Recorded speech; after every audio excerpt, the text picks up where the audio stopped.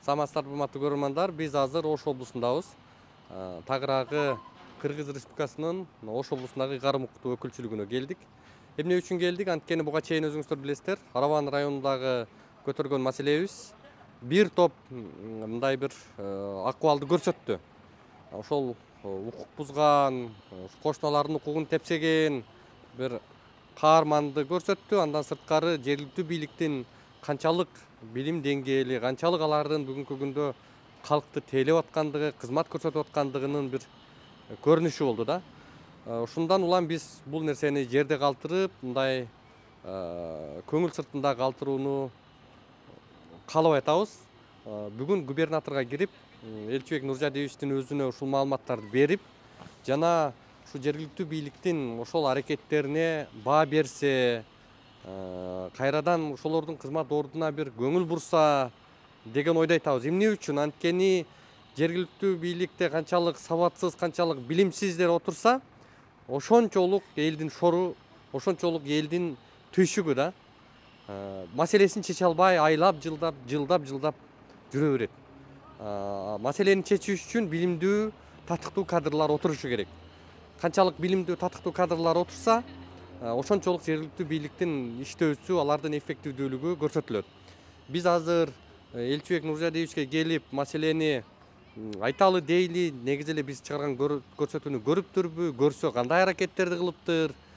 Урматтуу Москвадагы мекендештер, Кыргызстанга жүк салууну каалап, бирок кимден жиберүүнү ойлонуп жаткан болсоңуз, биз сиздерге ишенимдүү ишкерди сунуштайбыз. Бул ишкердин аты жөнү Зайырбек Маматкаримов. 12 жылдан бери иш алып барган командасы сиздин аманатка кыянаттык кылышпайт.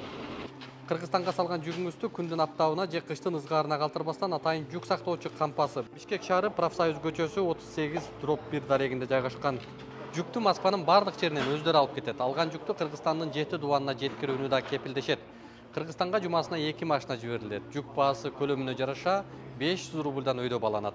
Дареги Нижегородское метросу, Перовское шоссе 9, строение 7. Байланыш номерлери +7 926 788 70 70. +7 929 624 63 64. Урматтуу Москва шаарындагы мекендештер, эгерде каттооңузду жаңылоо маселеси жаралып жаткан болсо, бул багытта 10 жылдык тажрыйбасы бар Ахмат аттуу ишкерди сунуштайбыз. Ар күнү Москва шаарынан Казакстан чегара өтмөгүнө кирди-чыкты кызматтарын көрсөтүп турган дал ушундай ыңгайлуу автоунаалар каттап турат. Коопсуздук талаптары сакталган ар дайым тажрыйбалуу айдоочулар сиздердин кызматта.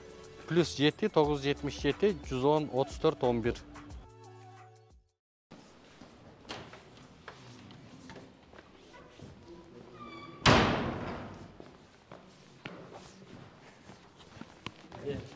Кыскача эле мындай маалымат беребиз, кайтабыз дегенде. Ассаламу алейкум. Ден соолугуңуз жакшыбы беке? Иштериңиз жакшыбы? Сизге бир Элчибек Нуржадиевич, сизге бир маалымат жеткизип коелу деп келдик. Биз сизге келгендигибиз, өзүңүз кабарыңыз барбы? Мындан 3-4 күн мурда Араван районуна барып келдик эле. Бар. Ошол боюнча кандай аракеттерди, эмнелерди?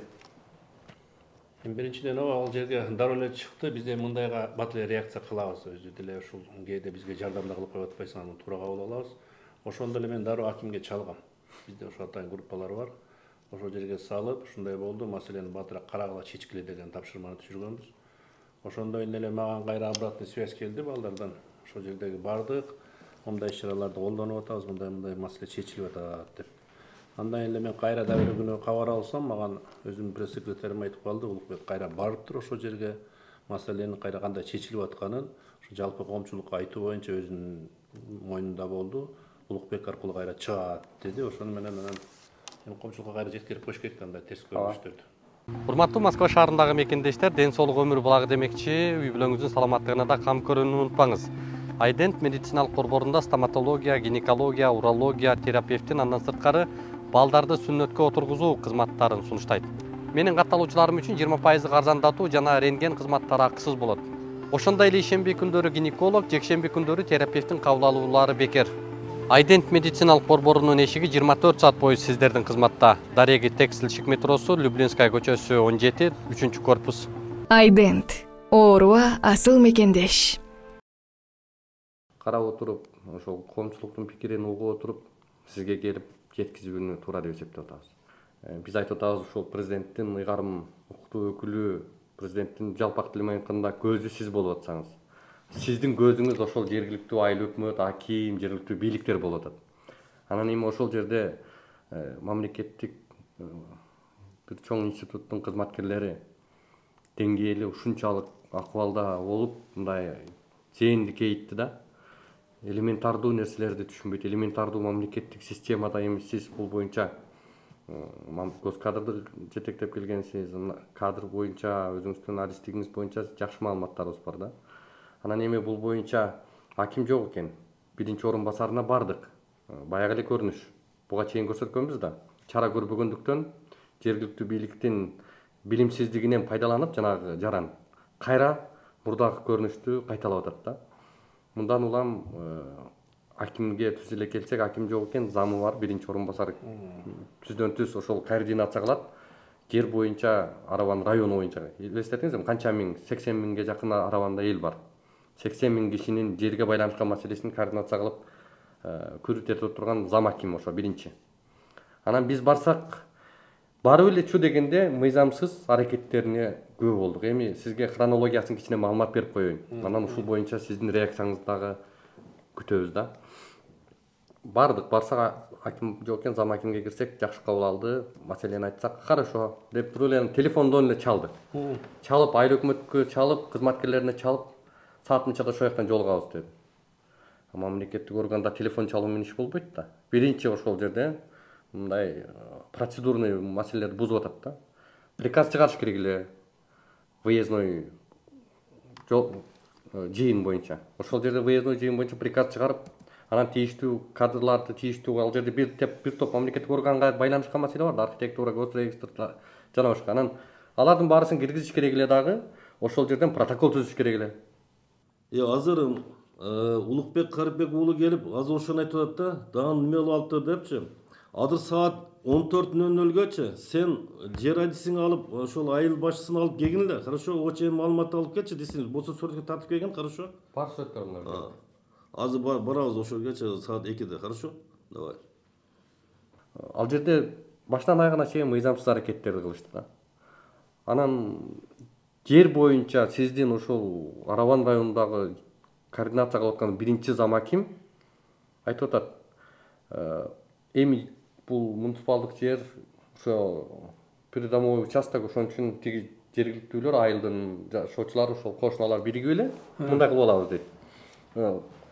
Макулдашып туруп, коопсуздук үчүн тосуп алып. Эгерде өздөрү жалпы коопсуздук үчүн бул жерде Макул, коопсуздук үчүн тосуп алса болобу? тосса болот, анын эмеси бар. Жер кодексинде кайсы статьяда көрсөтүлгөн ошол, сиз айтып атасыз? Ал мындай неме жок, эми жалпы Жер кодексинде көрсөтүлбөгөн нерсени райондун биринчи зам акими жер кодексине ылайык иш алып барбайсыздарбы, кандай?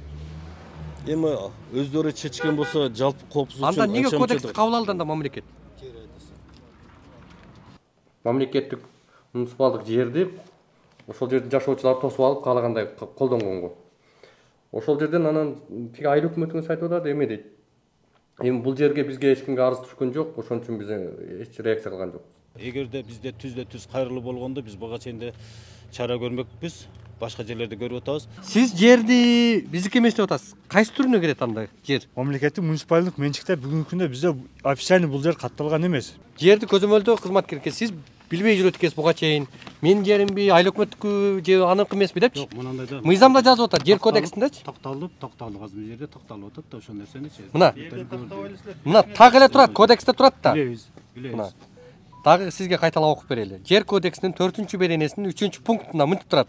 Айылдык аймактын, шаардын чектериндеги жеке жана мамлекеттик менчиктеги жерлерден башка жерлер муниципалдык менчик болуп эсептелет деп жер кодексинде айтып атат.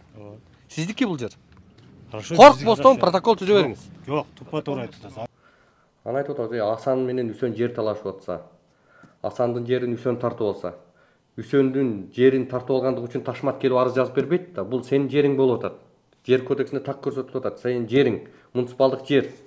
Бул үчүн ким күрөшөт? Айыл өкмөт күрөшөт ошол жерде. Укук коргоо органдарына аким арыз жазбайт, тапшырма берет. Ошол жерде протоколго арыз жазып атышат укук коргоо органдарына. Эми мына ушундай нерсе менен нени айткыбыз келди? Сизге негизи эле ушул жергиликтүү ошол органдарда мамлекеттик кызматкерлер сабатсыз болсо, билимсиз болсо, элдин эле шору экен да. Сизге сөз тиет, сизге арыздангандар көбөйөт, онун ары президентке кайрылгандар көбөйөт. Анан эми ушуга госкадр кантип буларды өткөздү? Кантип мамлекеттик кызматка алды ушуларды? Процедурасы бар алардын, ошол өзүнүн талаптары бар. Анан эми ушуга кандай дейсиз? Элчебек агай, муну кандай кылып чара көрөсүздөр? Эми ушундай татыксыз зам акимдерди неге өткөздү госкадр? Сиздерден собеседованиядан деле өтсө керек алар. Туура айтып атасыз, Улук мырза, бул өзү биринчиден мамлекеттик кызмат болобу, муниципалдык кызматкер болобу өзүнүн милдеттерин так билиш керек. Эми качан кайсы убакта өткөнүн мен биле албайм, арада тактап коеюн өзүңүз айткандай. Бирок ошол жердеги маселени мен кичине үстүртөн эле карап чыктым. Бирок тапшырма бергеним бар эле, бирок обратно реакция кылып бат жооп келгенде мен да кичине чечилген экен деп койдум. Мен толук карап чыгайын эми. Бирок чындыгында ал жерде ошол баягы айыл өкмөтпү же ошол жерде айыл өкмөттүн кызматкериби баягы айтып атканын уктум да. Баягы биз эми мынча кишим бар эле, баарына бара бербейбиз деген мен түшүнүп калдым. Ал жерде ошол жерден арыз түшпөй калган да. Биринчиден ушу талаш жер боюнча менин түшүнүгүм боюнча. Бирок кандай болбосун, эми сиз биринчи баргандан кийин эми реакция кылып ал жерди растап коюшубуз керек. Бүгүнкү күндө мен ойлойм ал жер маселеси чечилди толугу менен. Бирок ал жердеги ошол кандай чечим процедурасын нарушать эткен жокпу? Аны биз дагы бир өзүбүздүн комиссия менен карап тиешелүү жоопторду андан кийин ошол жерге берип коебуз. Буга чейин көтөргөнбүз да, бирок реакция кылган эмес, чара көргөн эмес, жана укук бузуучугачы.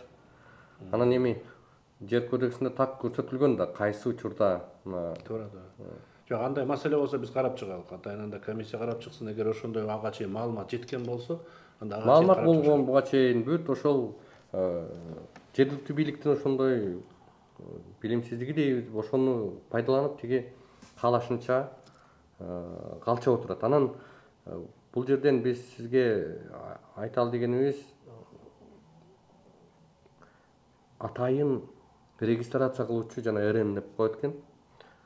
Каттоо, укук бузуу фактыларын каттоо бланкасы жок экен. Араван району боюнча. Протокол түзө албайт экен. Анан булар эми президентке чейин отчет берип атат да, ой биз мындай кылып, мынанча нарушенияны аныктадык да, мынандай чара көрүп атабыз, жер боюнча мынандай иштерди кылып атабыз деп айтат да. Бирок кечээ барсак, бизде элементардуу протокол түзгөнгө бланкабыз жок дейт. Аны ким кылат десек, аким мен билбейм дейт, архитектор мен билбейм дейт. Ким билет десек, эч ким билбейт. Бүгүнкү күндө райондон биз РНдин бумажный немесин алган жокпуз, протоколун. Эгер бизге ошол Сиздерде али протокол жокпу? Район боюнча жок. Не только биз айыл өкмөтү, район боюнча ал чындыгында бизде жок. Неге? Эгер болгон мына сиз жердин көзөмөлдөгөн киши. боюнча сиз айткан боюнча биз бул жака келип туруп РН боюнча гана статьяны коюп туруп элеңе киргизип өткүзүп берип коет элек, кутулат элек. Себеби бул кишиге автоматик өзү келе берет эле. Бул маселе биринчи жолу сталкиваться этип атабыз бул маселе боюнчачы. Биз муну мыйзамдыгын тактайлы. Такталып эле мыйзам жазылып турбайбы? Жок, биз ошону эми кайсыл орган чара колдонот? Мына булар кылат, мына кыла алат булар. Булар болсо буларга биз чараны Мүмкүн ошол боюнча да биздин ошол областын район прокуратурасында жыйын болуп атты эле. Бүгүн саат 3-кө чакырды эле, тилекке каршы биз бара албай калдык. Бүгүн ал жерде да ушул маселе каралган болушу мүмкүн. Жок, азыр сиздер 242-чи бузуулар жөнүндө кодексти аткарып бериңиздер. Бизде неме жок да азыр. Аны бизге берсин. Ким берет сизге? Сизге ким бериш керек? Биз район администрациядан укук бузуулар боюнча комиссиянын немеси бар. Эмне үчүн сиздердин комиссия бул жакка РНди алып бербей атасыздар? кандай биз райондук комиссия өздөрү алат да булар? Булар сиздерди алып берет деп атпайбы? Жок, биз алып беребиз. Жок, биз район администрациядан алабыз, же каяктан, же роботудан, же прокат, каяктан алабыз? Каяктан алат? Мисалга. Мына сиздин кызматкер сурап атат, каяктан алат? Булар, например, ушул неме боюнча өздөрү биринчи госакты алыш керек, муниципалдык менчик боюнча дедичи. Андан кийин өздөрүнө каттагандан кийин анан булар мыйзам ченде неме кылыш керек. Эмне кылат булар, каяктан алат? Сиз эми жер боюнча координация Жок, кыласыздар. координация кылабыз. Бирок бул маселе боюнча Кызматкериңиз биринчи сизге жолу мен протокол жооп берди, эмне биринчи жолу кыласыз? сталкиваться этип атпайбыз. Мен ошого айттым, мен действительно, например, мен ушул мыйзам боюнча мен Сиз түзө аласызбы негизи протокол болсо? Эгер протокол болсо биз Мына көрдүңүзбү? эгер бизде эрендин бумажкасы болсо, официальный баягы протокол, мисалы үчүн гаилердикиде башкалардыкы протокол болсо, биз официальный өзүбүз эле жазып, ошол статьяны коюп туруп, компьютерден киргизип, прямо МУДга подключение болгон ошого өткүзүп коет элек. Түшүндүм. Кагаз түрүндө. Кагаз түрүндө биз алып кылган менен Мен сизге суроо берип атам. Эмне үчүн буга чейин кайрылган жоксуздар акимге? Биз бул боюнча райадминистрациядан бул жерде Пиратов учкун ака менен да барганбыз, и бардык айыл өкмөт укук боюнча областка 2 жолу барып ушул маселени көтөрдүк биз. Акимге кайрылдыңыздарбы бир жолу? Бул боюнча баары эле билет, не только биз. Эмнеге сиздер билсе бездействие кыласыздар? мен биринчи жолу угатам бул маселе боюнчачы, действительно. Мага кайрылган эмес, например.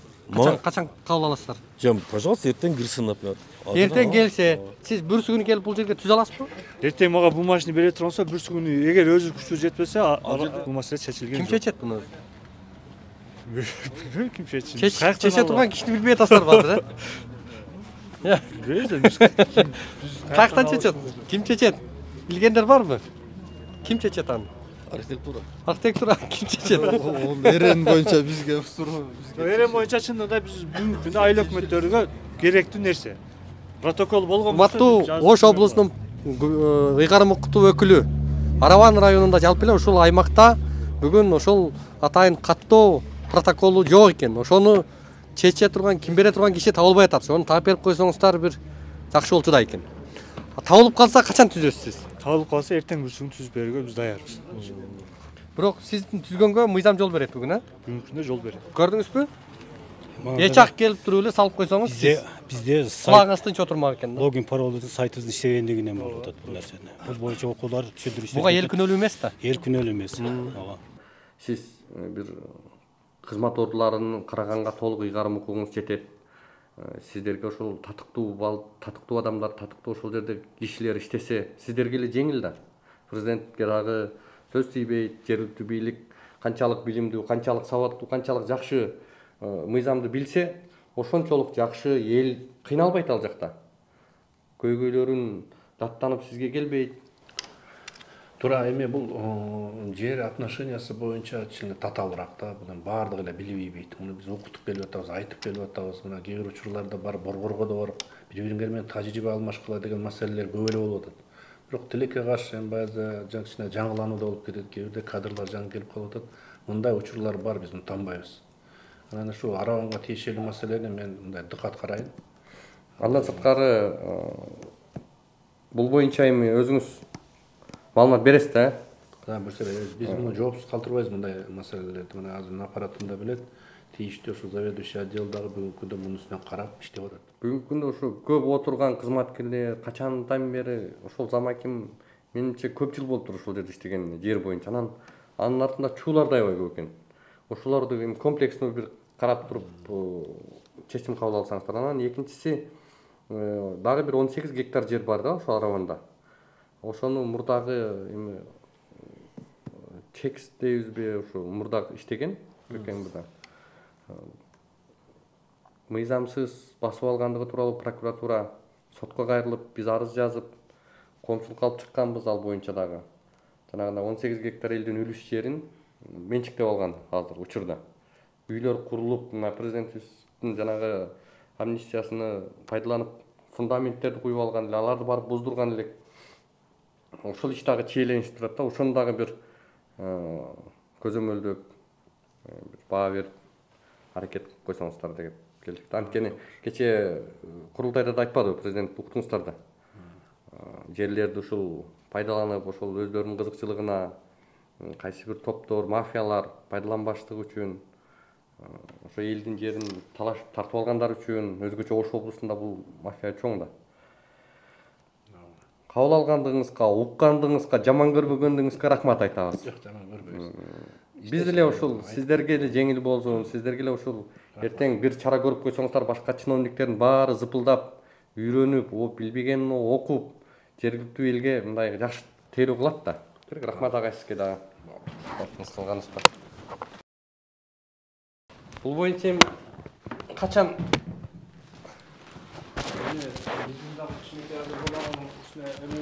жаңыңыздан маркаларға жақып тұрыңыз